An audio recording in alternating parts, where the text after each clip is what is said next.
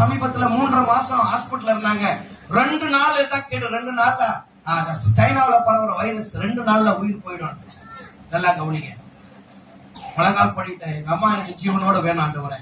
ஞானஸ்தானம் எடுக்காம எங்க அம்மா சாக கூடாது, உங்க தெரியாம உங்க அறியாம எங்க அம்மா சாக கூடாதுன்னு சொல்லி வைராக்கியத்துல ஜெபம் பண்ண 3.5 மாசம்.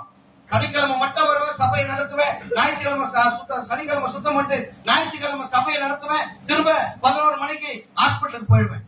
நைட்டு பகலும் எந்த ஊழியத்தை செய்யாம வெறும் சபை ஊழியத்தை மட்டும் நடத்திட்டு ஹாஸ்பிட்டல்ல இருந்தேன்.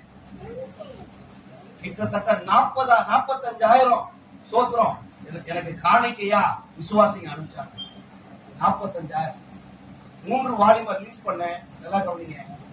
3 வாலிபர் ரிலீஸ் பண்ண, கையில 1 ரூபாய் சம்பாதிக்கல. நல்ல வீடு இல்ல, நல்ல வீடு கட்டல.